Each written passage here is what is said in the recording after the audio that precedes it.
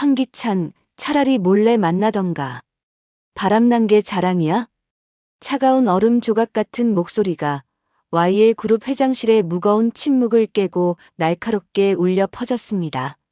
문이 닫히자마자 기다렸다는 듯이 들어선 강세리의 얼굴은 분노와 경멸로 흉하게 일그러져 있었습니다. 방금 전 복도에서 보았던 남편 황기찬과 강재인의 모습을 떠올리자 참을 수 없는 배신감에 온몸이 떨렸습니다. 세상에서 가장 초라하고 애처로운 표정으로 강재인에게 매달리던 황기찬의 모습은 강세리의 자존심을 산산조각 내기에 충분했습니다. 황기찬은 무겁게 고개를 들었습니다. 그의 얼굴은 병원에서 갓 나온 사람처럼 새하얗게 질려 있었고 눈밑은 어두운 절망으로 가득 차 있었습니다.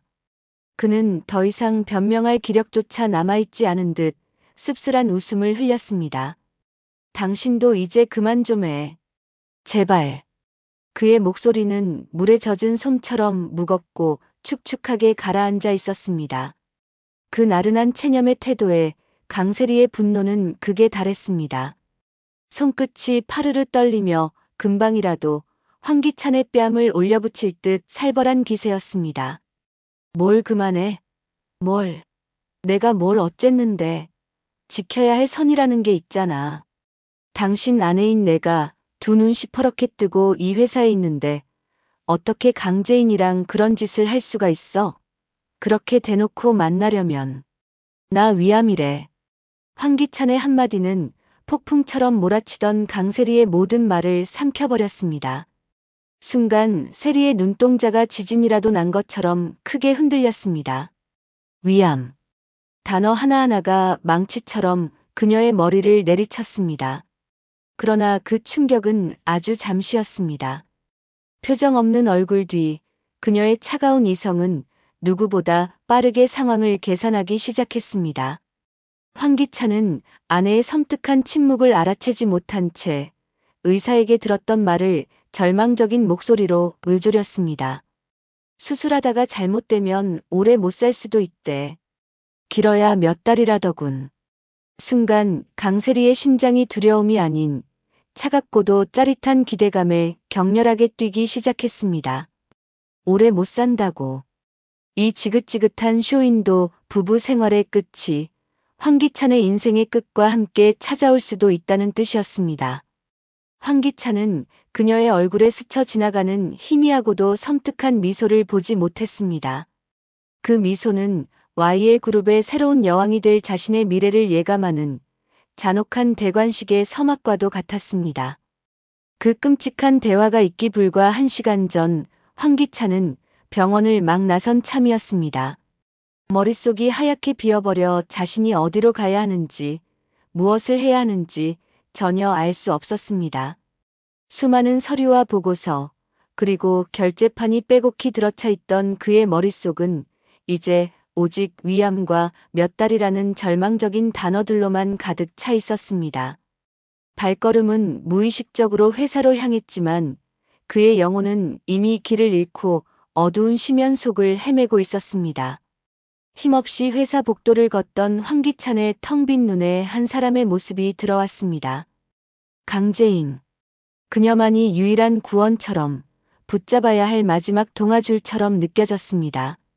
과거에 자신이 그녀에게 주었던 깊은 상처와 배신은 죽음의 공포 앞에서 희미해지고 오직 그녀를 향한 뒤늦은 후회와 간절함만이 남아 있었습니다. 황기찬은 홀린 듯 강재인에게 다가갔습니다. 재인아, 잠깐 얘기 좀 하자. 그의 목소리는 애처롭게 떨리고 있었습니다. 강재인은 잠시 놀란 눈으로 그를 바라보았습니다. 하지만 곧이어 그녀의 눈빛은 다시 차갑게 얼어붙었고 입가에는 냉소가 번졌습니다. 지금 업무 시간인 거 모르세요, 회장님? 그녀의 목소리는 한치의 온기도 느껴지지 않는 칼날 같았습니다. 황기찬이 과거에 자신에게 그랬던 것처럼 그녀 역시 철저하게 공과 사를 구분하며 그를 밀어내고 있었습니다. 그러나 황기찬은 포기할 수 없었습니다. 그는 애써 미소를 지으며 떨리는 목소리로 말을 이어갔습니다. 재인아, 나 위암이래. 수술이 잘못되면 얼마 못 살 수도 있대. 그의 눈빛은 구차할 만큼 간절했고 절망으로 떨리는 두 손을 어디에 둬야 할지 몰라 안절부절 못했습니다. 강재인은 순간 얼어붙은 듯 황기찬을 바라보았습니다. 그의 얼굴에 드리워진 짙은 죽음의 그림자는 거짓말처럼 보이지 않았습니다. 하지만 그녀의 굳게 닫힌 마음의 문은 열리지 않았습니다.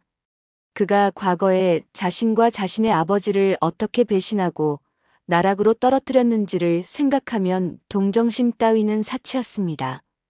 그래서요? 당신이 아픈 거랑 나랑 무슨 상관인데? 황기찬의 얼굴이 와르르 무너져 내렸습니다. 강재인의 차가운 한마디는 사형 선고보다 더 잔인하게 그의 심장을 꿰뚫었습니다. 복도 끝 한쪽 기둥에 기대어 서 있던 강세리가 그 모든 광경을 멀찌감치해서 지켜보고 있었습니다. 그녀의 눈에는 황기찬이 강재인에게 처절하게 애원하는 모습만이 보였습니다. 자신의 남편이 다른 여자에게, 그것도 자신의 동생에게 저토록 비굴하게 매달리는 모습은 곧 참을 수 없는 배신이자 모욕으로 다가왔습니다. 강세리의 눈빛이 분노로 시뻘게 타오르기 시작했습니다. 그것이 바로 1시간 뒤 회장실에서 벌어질 폭풍의 전조였습니다. 다음 날 아침 DH홀딩스 사무실의 공기는 평소와 다름없이 활기찼습니다. 강재인은 간밤의 일을 애써 머릿속에서 지워내며 노트북 화면의 디자인 시안에 집중하려 애썼습니다. 하지만 자꾸만 눈앞에 황기찬의 절망적인 얼굴이 아른거려 좀처럼 일이 손에 잡히지 않았습니다. 그때 앞자리에서 디자인 자료를 정리하던 태호의 모습을 흘깃 바라보던 강승우가 장난스럽게 웃으며 강재인에게 다가와 말을 걸었습니다. 우리 누나 태호 씨랑 같이 있으니까 그림이 확 사네. 두 사람 그림체가 너무 잘 어울리잖아요. 그렇죠? 강재인은 놀라 눈썹을 치켜 올리며 강승우를 제지하려 했지만 이미 태호는 그 말을 듣고 여유로운 미소를 띠며 받아쳤습니다. 승우 씨가 그렇게 봐준다니 영광인데요. 듣고 보니 우리 둘 진짜 잘 어울리는 것 같기도 하고.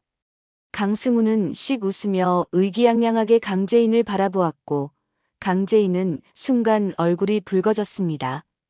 아이 참, 우리 승우가 원래 좀 누나 바보라서 그래요. 오해하지 마세요, 태호 씨. 하지만 태호는 진심이 담긴 눈으로 따뜻하게 강재인을 바라보며 고개를 끄덕였습니다. 아니요, 전 괜찮습니다. 사실 저도 재인 씨 바보거든요. 그 순간 유쾌하던 사무실의 공기가 묘하게 얼어붙었습니다. 조금 떨어진 곳에서 서류를 정리하던 김도윤이 그 말을 듣고 천천히 고개를 들었습니다. 그의 눈빛이 지진이라도 난 듯 크게 흔들리며 태호와 강재인을 번갈아 바라보았습니다. 언제나 차분하고 이성적이던 그의 표정이 처음으로 무너져 내렸습니다. 입술이 굳게 다물리고 손에 쥔 서류가 그의 감정을 대변하듯 힘없이 구겨졌습니다. 잠시 무거운 침묵이 흐른 후 김도윤이 모두가 들을 수 있을 만큼 굳은 목소리로 대화에 끼어들었습니다. 업무에 집중하는 게 좋지 않을까요? 사적인 이야기는 퇴근 후에 하시는 게 어떻겠습니까? 그의 목소리에는 날카로운 가시가 돋쳐 있었습니다. 강재인과 태호는 순간 서로를 멋쩍게 바라보며 웃었지만 김도윤의 눈빛은 이미 차갑게 굳어 있었습니다. 강재인의 시선이 살짝 김도윤 쪽으로 향했습니다. 조용히 자신들을 바라보는 그의 눈빛에는 단순한 업무 지시 이상의 어떤 깊고 서늘한 감정이 담겨 있었습니다. 도윤 씨, 무슨 일이지? 왜 저렇게까지 굳은 표정을? 강재인은 아무 말도 하지 않았지만 얼굴에는 분명 이상하다는 기색이 역력했습니다. 김도윤의 갑작스러운 태도, 변화는 그녀의 마음에 작은 파문을 일으켰습니다. 어느덧 퇴근 시간, 어둑해진 하늘 아래 직원들이 하나둘씩 퇴근길에 나섰습니다. 강재인은 복잡한 마음을 안고 건물 밖으로 나오다가 앞쪽에서 홀로 천천히 걷고 있는 김도윤을 발견했습니다. 낮에 보았던 그의 굳은 표정이 마음에 걸렸던 강재인은 잠시 망설이다가 천천히 그에게 다가가 말을 걸었습니다. 도윤 씨. 김도윤은 고개를 돌려 강재인을 보았습니다. 그는 억지로 웃음을 지어 보였지만 눈빛은 여전히 불안하게 흔들리고 있었습니다. 그 표정을 유심히 바라보던 강재인이 조심스럽게 물었습니다. 오늘 무슨 일 있으세요? 낮에 표정이 좀 어두우시던데요. 김도윤은 짧게 한숨을 내쉬며 애써 시선을 피했습니다. 그의 마음속에서는 수없이 많은 감정들이 뒤엉켜 폭풍처럼 몰아치고 있었습니다. 더 이상 이 감정을 숨길 수 없다고, 숨겨서도 안 된다고 판단한 그는 마침내 용기를 내기로 결심했습니다. 아닙니다. 별일 아니에요. 다만 아까 강승우 대리가 한 말이 계속 머릿속에 맴돌아서요. 강재인은 고개를 갸웃하며 되물었습니다. 승우가 한 말이요? 김도윤은 잠시 망설이다가 낮게 떨리는 목소리로 자신의 마음을 털어놓기 시작했습니다. 질투가 났습니다. 태호 씨랑 재인 씨가 잘 어울린다는 그 말이, 그리고 태호 팀장님이 재인 씨 바보라고 말하던 그 순간이 참을 수가 없었습니다. 제가 반대할 자격도 없는데 괜히 마음이 불편하고 화가 났습니다. 강재인은 전혀 예상치 못한 그의 고백에 놀란 듯 아무 말도 하지 못하고 김도윤을 바라보았습니다.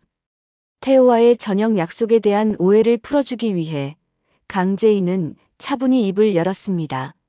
아, 태호 씨랑 저녁 약속은 예전에 저희 아버지랑 깊은 인연이 있어서요. 그 이야기를 좀 하고 싶어서 만나는 거예요.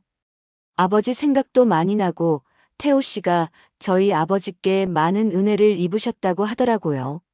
그래서 아버지께 미처 다 갚지 못한 감사한 마음을 저한테 대신 표현하시는 것 같아요. 김도윤은 억지로 웃음을 지으려 애썼지만 이내 결심한 듯 마음속 깊이 숨겨두었던 말을 모두 내뱉었습니다. 재인 씨, 회장님과의 과거도 태호 씨와의 인연도 그런 복잡한 사정까지는 제가 다 알지 못했습니다. 그저 태호 씨, 재인 씨와 더 가깝게 지내는 것 같아서 저 혼자 조급하고 서운했나 봅니다. 미안합니다. 강재인은 순간 가슴이 먹먹해져 아무 말도 할 수 없었습니다. 환기찬으로 인해 산산조각 났던 마음의 상처가 채 아물기도 전에 또 다른 진심이 성큼 다가온 것이었습니다.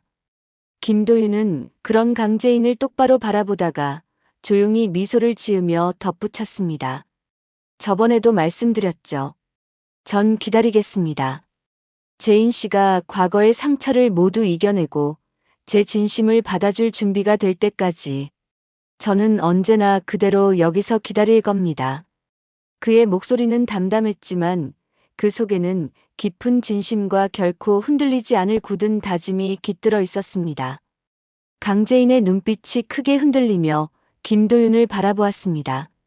하지만 그녀는 끝내 아무 말도 잊지 못한 채 두 사람 사이에는 따뜻하면서도 애틋하고 아린 정적이 조용히 흘렀습니다. 같은 시각 YL그룹의 회장실은 불이 꺼진 채 정막에 잠겨 있었습니다. 하지만 그 어둠 속에서 강세리는 홀로 와인잔을 기울이고 있었습니다. 그녀의 입가에는 여전히 그 섬뜩한 미소가 걸려 있었습니다. 황기찬의 불행은 곧 그녀에게 닥쳐올 최고의 행운이었습니다. 그녀는 천천히 휴대전화를 들어 누군가에게 전화를 걸었습니다. 나 강세리야.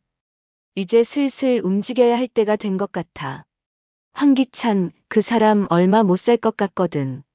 수화기 너머의 상대방에게 지시를 내리는 그녀의 목소리는 뱀처럼 차갑고 교활했습니다. 황기찬의 죽음을 발판 삼아 YL그룹을 통째로 삼키려는 그녀의 거대한 야망이 짙은 어둠 속에서 비로소 꿈틀거리기 시작했습니다. 운명의 톱니바퀴는 이미 걷잡을 수 없이 돌아가기 시작했습니다.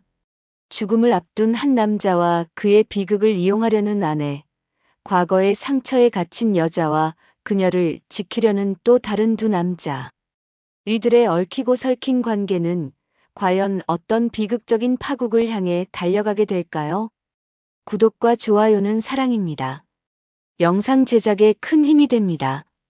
감사합니다.